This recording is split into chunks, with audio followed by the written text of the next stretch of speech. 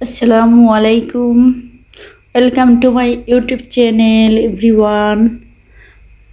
ইলিশ মাছের মাথা দিয়ে লতি রান্না করলাম, কচুর লতি। দারুণ টেস্ট হয় খেতে, তো এটাই আপনাদের মাঝে শেয়ার করলাম। লতিগুলো ভালোভাবে ফ্রেশ করে উপরের একটা আঁশ থাকে, এটা ফেলে আমি ছোট ছোট পিস করে কেটে নিয়েছি। তো এটা কাটার পর ভালোভাবে ধুয়ে নিয়েছি। ধোয়ার পরে তো একটু লবণ পানি দিয়ে সিদ্ধ করে নিলাম।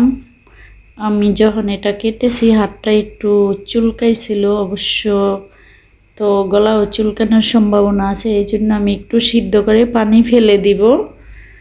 তো হাফ বয়েল করে সিদ্ধ করব, পুরোপুরি সিদ্ধ করব না, তাহলে গলা ধরবে না বা গলা চুলকাবে না।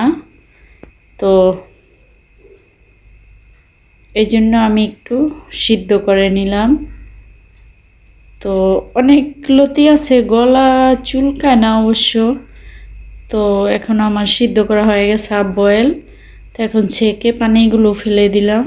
তো একটা প্যানে পেঁয়াজ কুচি দিয়ে দিলাম, তেলটা গরম হয়েছে এখন। তো পেঁয়াজটা যখন ব্রাউন কালার হবে ওই সময় আমি মশলাগুলো মিক্স করে নিব। তো বেরেস্তা করার সময় চুলাটা লো আছে দিতে হবে। তো এখন আমি আদা রসুন পেস্ট দিয়ে দিলাম। তো একটু পানি দিয়ে দিলাম যাতে পুড়ে না যায়। তো এখন মরিচের গুঁড়া দিয়ে দিলাম হাফ চামচ। তো টমেটো সস দিয়ে দিব 2 চামচের মতো, তাহলে কালারটা অনেক সুন্দর হয়, এজন্য দেওয়া। তো জিরার গুঁড়া 1 চামচ, হলুদের গুঁড়া 1 চামচ, ধনিয়ার গুঁড়া দিয়ে দিলাম হাফ চামচ, 4 চামচের স্বাদ মতো লবণ। যেহেতু লতি লবণ দিয়ে সিদ্ধ করা আছে এজন্য হালকা লবণ দিলাম। এখন ভালোভাবে মশলাটা কষিয়ে নিতে হবে।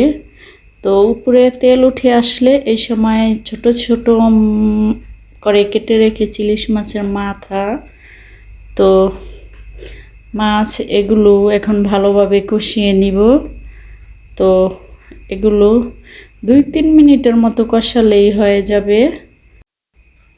তো এগুলো কষানো হয়ে গেছে, এখন আমি পানি দিয়ে দিব 1 কাপের মতো। যেহেতু কচুর লতিগুলি আমি হাফ বয়েল করে সিদ্ধ করে নিয়েছি, এজন্য বেশি পানি দিতে হবে না, 1 কাপের মতোই দিব। তো এতেই পুরোপুরি সিদ্ধ হয়ে যাবে। তো এখন একটু নাড়াচাড়া করে তারপরে সিদ্ধ করে রাখা কচুর লতিগুলো দিয়ে দিব। তো এটা দিয়ে হালকা নাড়াচাড়া করে নিব, যেহেতু এটা হাফ বয়েল তাহলে গলে যেতে পারে। এখন ভালোভাবে মিক্স করে এটা আমি ঢেকে দিব। তো ঢেকে রান্না করলেই 50% সিদ্ধ হয়ে যাবে। যেই তো চুলাটা লো আছে করে দিয়েছি, তো ঢেকে দিলাম। তো দেখা যায় 10-15 মিনিটের মতো রান্না করলেই হয়ে যায়। তো আমি আবার ঢাকনা উঠিয়ে একটু পরপর নাড়াচাড়া করে দিয়েছি আলতো হাতে, যাতে গলে না যায় লতিগুলো। তো এখন আবার একটু নাড়াচাড়া করে দিব। তো সিদ্ধ হয়ে গেছে, এখন রান্নার শেষ পর্যায়ে। এখন আমি একটু ওলট পালট করে দিলাম। তো দারুণ ছিল দেখতে, এটা খেতেও অনেক টেস্ট ছিল।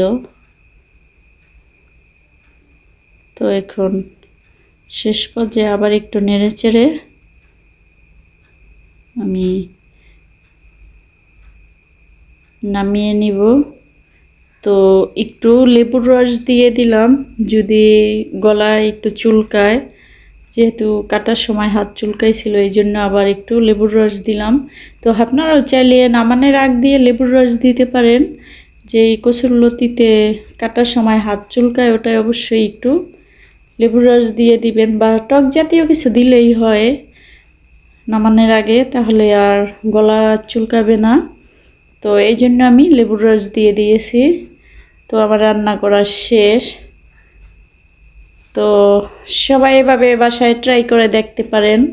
যারা নতুন রাঁধুনি তাদের জন্য এই ভিডিওটা দেখলে অনেকটাই সুবিধা হবে রান্না করার সময়। তো সবাই ভালো থাকবেন। আর আমার চ্যানেলটি যারা এখনও সাবস্ক্রাইব করেন নাই, সাবস্ক্রাইব করে দিবেন। আল্লাহ হাফেজ।